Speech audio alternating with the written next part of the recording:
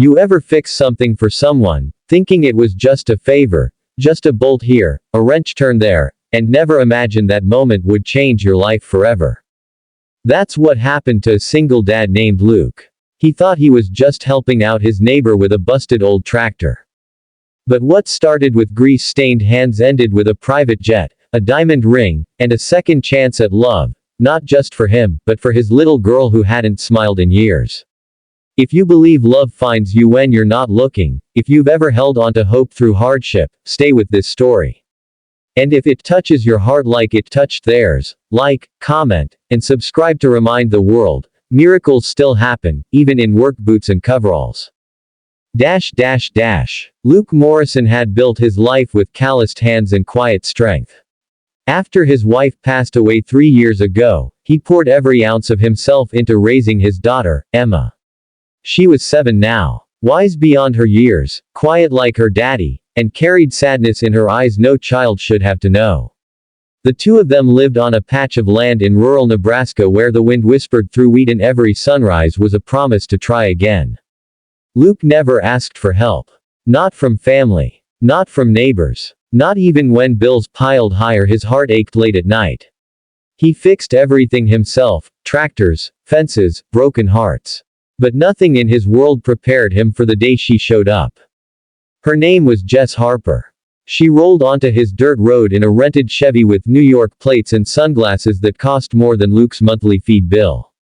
She was leasing the old Miller farm next door, a place that had been empty for years. Word in town was she worked in finance, maybe something international.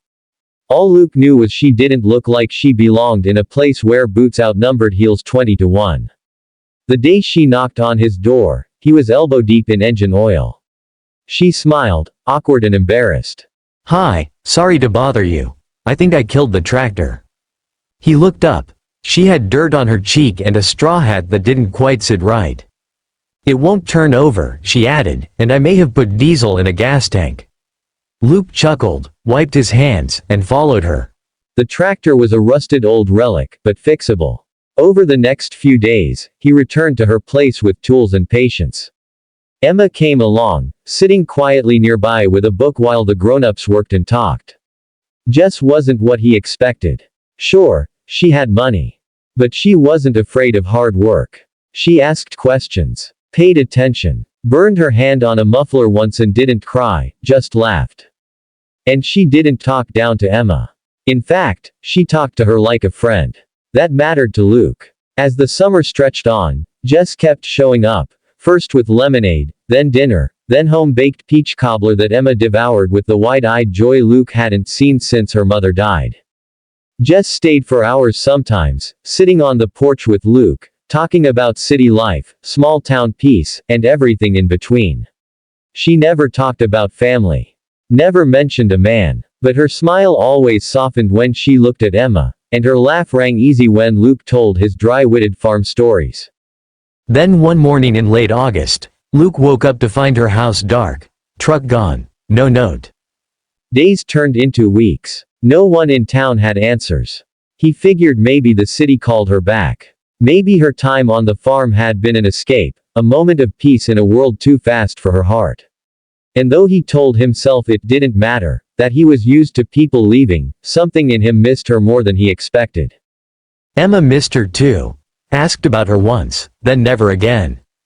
By winter, snow blanketed the fields. The tractor Jess left behind sat under a blue tarp, half frozen and forgotten. And then, one Sunday afternoon, the silence above the farmhouse shattered. A jet roared low over the fields. Not a crop duster. Not a commuter plane. A sleek, private jet with silver wings. It circled once, twice, then landed on the flat stretch of prairie road outside the farm.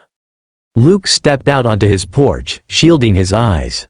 The jet door opened, and Jess stepped out. Not in heels. Not in designer clothes. But in jeans, boots, and a red flannel shirt, just like the one Luke wore the first day they met.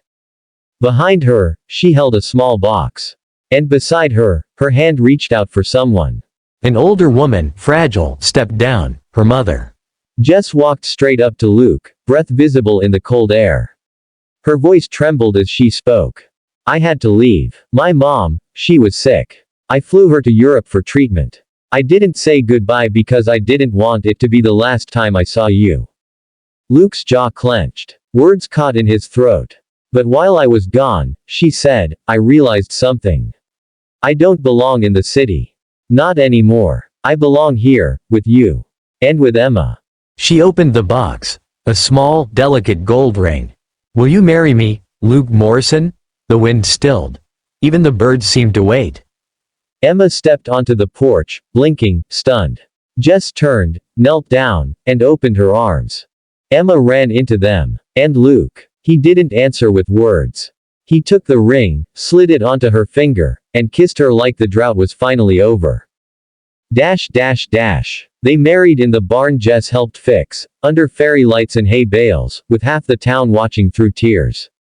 Emma stood by her side as maid of honor, smiling, beaming. And from that day on, the three of them became a new kind of family, not perfect, not easy, but real. They rebuilt that farm, turned it into something thriving. Jess worked remotely. Luke taught her to drive a combine. Emma laughed again, loud and free. Because sometimes, life breaks us in places we never expect.